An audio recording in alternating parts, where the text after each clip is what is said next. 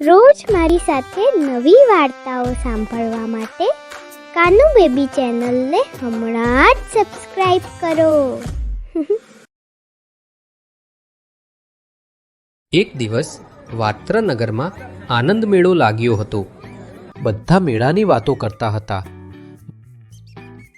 વાત્રકનગરમાં આશીષ society હતી. તેના બંગલા નંબર 3માં યજ્ઞ રહે. તે પણ એના દાદા ત્રિકમદાસ સાથે આનંદ મેળામાં ગયો. તે બહુ જ ખુશ હતો.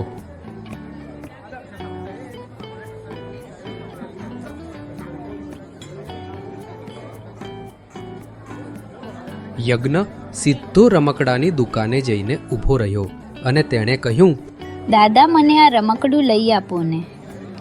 ના, કોઈ રમકડું નહીં લઈ આપું તને, સમજી ગયો? તેઓ ત્યાંથી આગળ ગયા. યજ્ઞ આઈસ્ક્રીમની દુકાન આગળ ઊભો રહી ગયો. બેટા, તું પહેલા મેળો જોઈ લે, પછી તારે જે જોઈશે તે લઈશું. દાદાએ રમકડું ન લઈ આપ્યું, આઈસ્ક્રીમ ન લઈએ. તેથી યજ્ઞ તો રિસાઈ ગયો. એટલામાં તેણે મોટું ચકડોળ જોયું અને કહ્યું, દાદા, મારે પહેલા મોટા ચકડોળમાં બેસવું છે. ભલે, તું અહીં રહે, હું ટિકિટ લઈને આવું છું. કયાંય જતો નહીં હો, હું હમણાં જ ટિકિટ લઈને આવું છું. યજ્ઞને ઊભો રાખીને દાદા તો ટિકિટ લેવા જતા રહ્યા અને ત્યાં એક ખેલ બતાવનાર મોટરસાયકલ લઈને આવ્યો.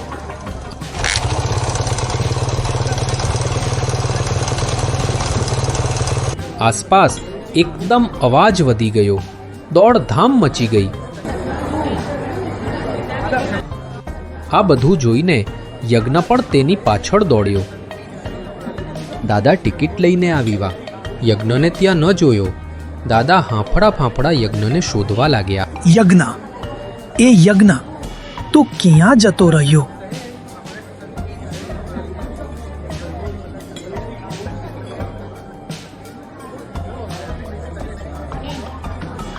આ તરફ યજ્ઞ રડતો હતો.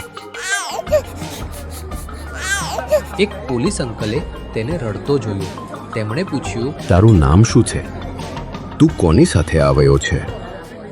હું દાદા સાથે આવ્યો છું. મારા દાદા ખોવાઈ ગયા છે.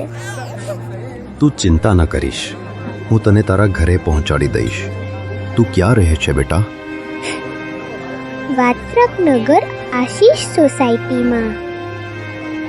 મારા દાદાનું નામ ત્રિકમદાસ છે. હું તારા દાદા ત્રિકમદાસને ઓળખું છું. હું તારા દાદાને શોધી આપીશ. તું રડ નહીં. ચાલ, હું તને આઈસ્ક્રીમ ખવડાવું. મારે આઈસ્ક્રીમ નથી ખાવો. મારે તો દાદા પાસે જવું છે. તારા દાદા અહીં ક્યાંક જ હશે. લે, આ તું ચણાચોર ગરમ ખા. ના, મને નથી ખાવું. મારે દાદા પાસે જવું છે. ઠીક છે, ચાલ, આપણે તારા દાદાને શોધીએ. બસ. પોલીસ અંકલ અને યજ્ઞ દાદાને શોધવા નીકળી ગયા અને ધીમે ધીમે તેઓ રમકડાવાળાની દુકાને પહોંચી ગયા. ચાલ, બોલ બેટા, આ બધામાંથી કયું રમકડું લઈ આપું? ના, મને રમકડું નથી જોઈતું. મારે તો દાદા પાસે જ જવું છે. યજ્ઞ બેટા, પાછળ જો, તારા દાદા તારી પાછળ જ ઊભા છે. આ સાંભળીને યજ્ઞએ પાછળ જોયું તો ખરેખર તેના દાદા ત્રિકમદાસ ત્યાં જ ઊભા હતા. યજ્ઞ દોડીને દાદા પાસે ગયો. દાદાની આંખમાં આંસુ હતા અને યજ્ઞનો ડર પણ દૂર થઈ ગયો હતો. પોલીસ અંકલ એ યજ્ઞ અને બાળમિત્રો તમને સમજાવતા કહ્યું કે ક્યારે પણ ભીડભાડવાળી જગ્યાએ તમારા વડીલનો હાથ છોડવો નહીં. અને હા, જો તમને આ વાર્તા ગમી હોય અને આવી જ નવી નવી વાર્તાઓ રોજ સાંભળવી હોય તો રોજ મારી સાથે નવી વાર્તાઓ સાંભળવા માટે કાનુ બેબી ચેનલને હમણાં જ સબસ્ક્રાઇબ કરો.